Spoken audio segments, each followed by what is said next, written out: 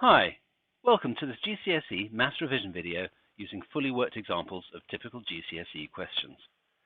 This time, we are looking at a question on solving trig equations. I'm Mr. Lindsay, your tutor from mathstutor.uk.com. In this question, we have two trigonometric equations to solve. The first one is sine x minus 20 equals 1 divided by root 2. And the second one is cos 3x equals minus a half. And we're required to solve this in a particular range of x, and that range is given as between 0 and 360 degrees. In these types of questions, it's always a good idea to make a sketch of the equation that you're working on. So let's do just that.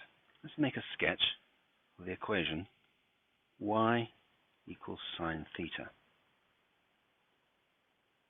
Here are the axes.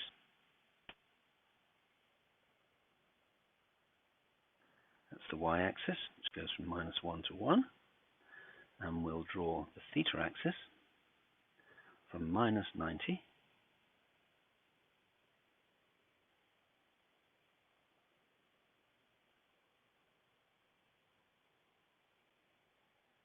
through to 360. Now the graph of y equals sine theta looks like this.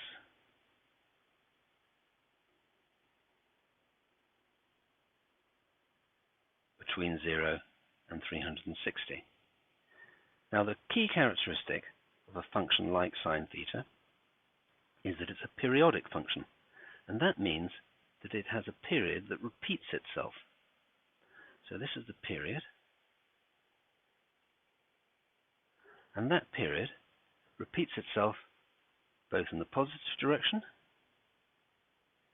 and in the negative direction. And it goes through to plus and minus infinity, which is why, of course, it's so important to have defined a range in which to define your solutions, because otherwise you would have an infinite number of solutions. So with that helpful diagram to hand, we can now attack the first equation. So we have sine x minus 20 equals 1 divided by the square root of 2.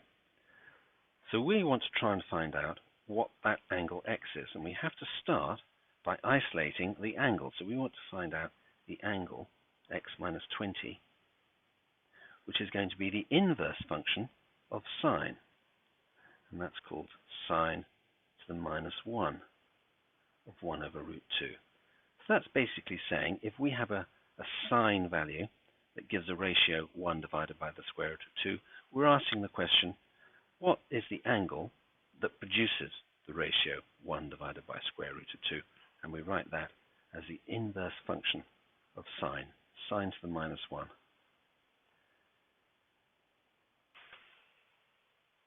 So how are we going to work out what sine to the -1 of 1 divided by root 2 is? Well, we could use our calculators. But at GCSE, we are expected to memorize the standard trig ratios for sine and cos for the following angles: 0, 30, 45, 60, and 90. And 1 divided by square root of 2 is actually one of those standard trig ratios. Now the way I remember these particular set is I remember two particular triangles, and they are as follows. This triangle here, 1, 1, root 2, with angles 45. That, of course, is 90 degrees. And the second right angle triangle I remember is this one here.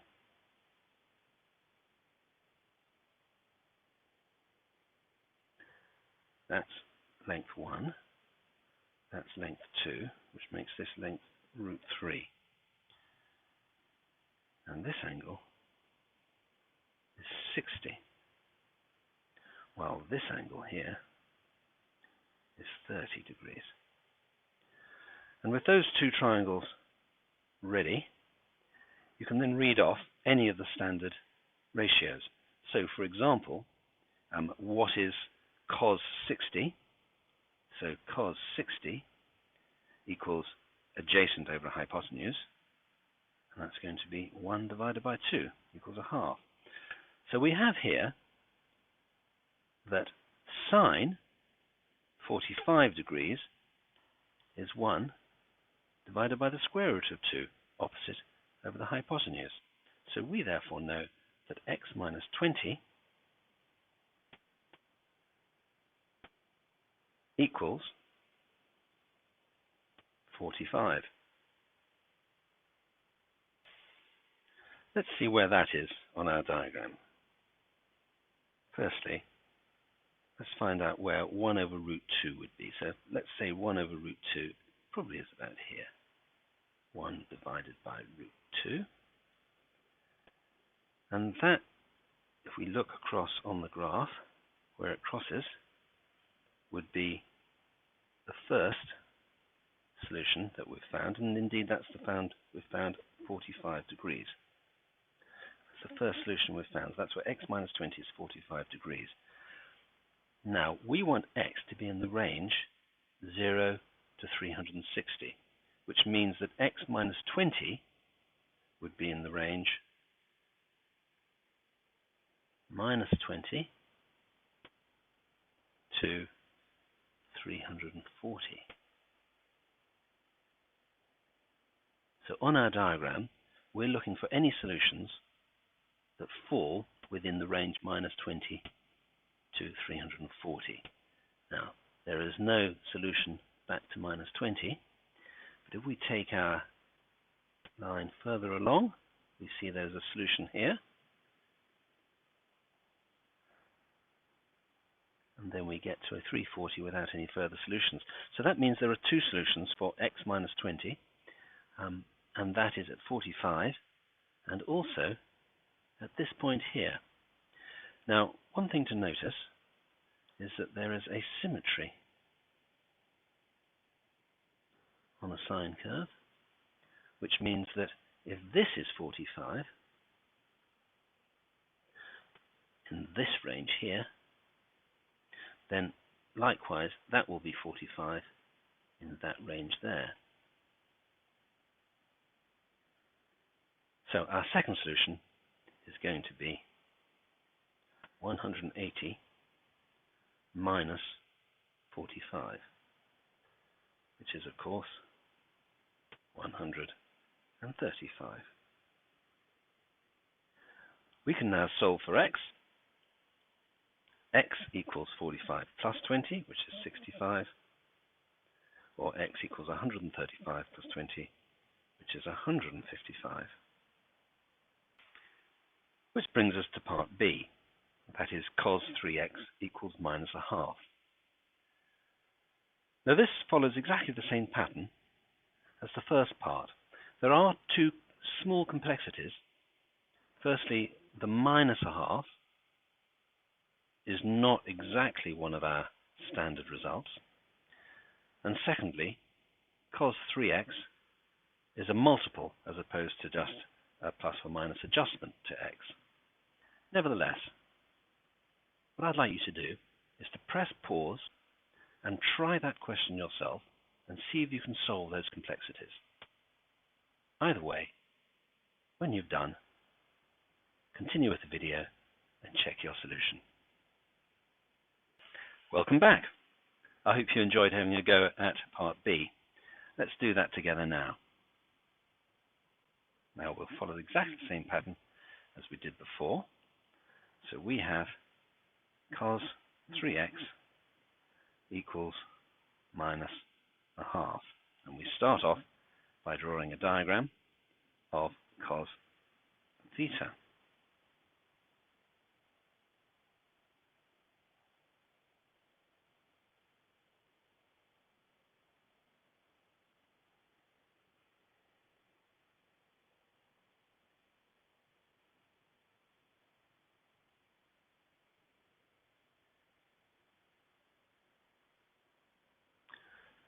So far, no difference from y equals sine theta, and indeed the shape of the curve of y equals cos theta is also exactly the same as sine theta. The only difference is that it's shifted 90 degrees to the left. So cos theta looks like this.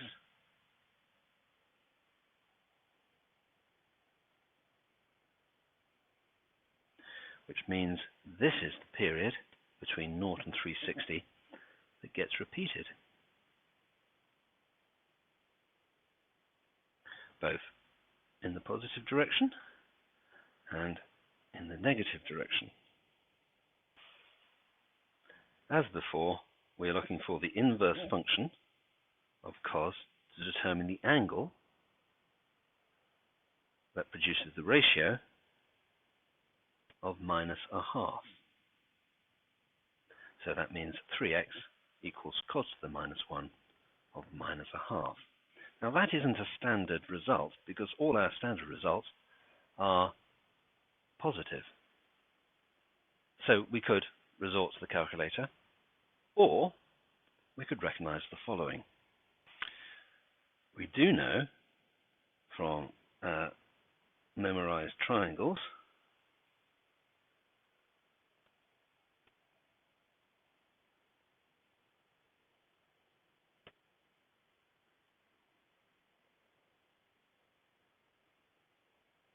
that cos 60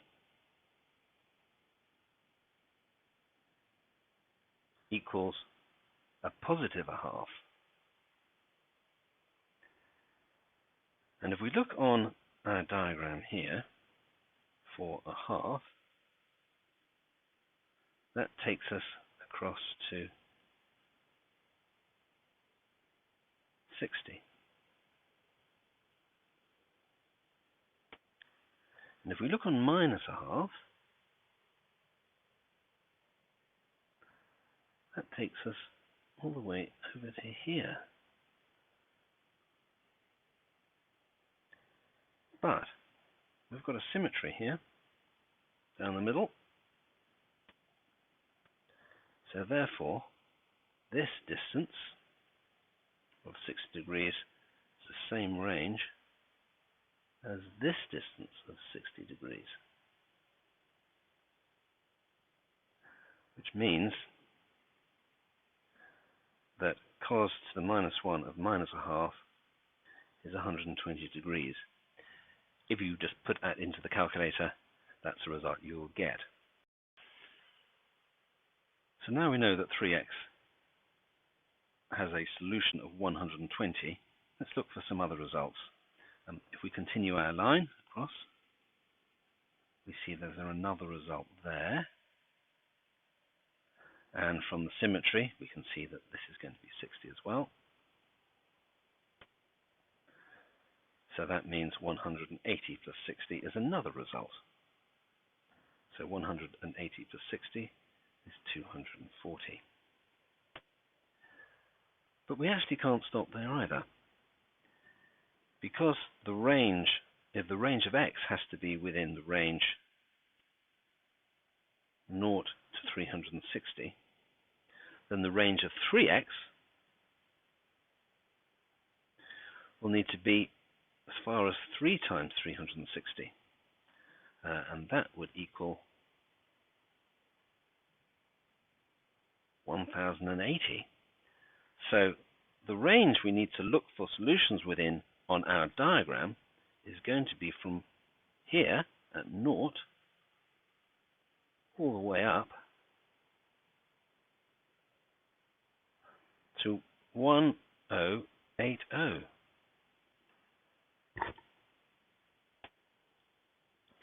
So all we need to do is we'll take our equation 3x equals 120, 240, and because the period just repeats every 360 degrees, we simply add 360 to each of these until we get past 1080.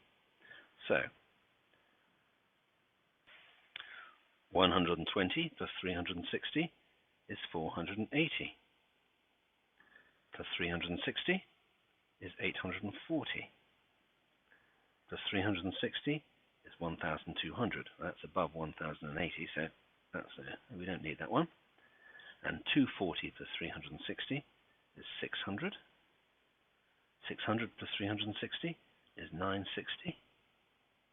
And then adding 360 would take us above 1,080. So those are our solutions for 3x, which means that x will be those solutions divided by 3. 40, 80, 160, 200, 280, and 320.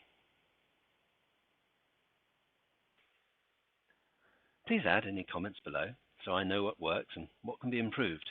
And if you enjoyed this video, please subscribe to my channel and keep up with the content that matters to you. Till next time, goodbye.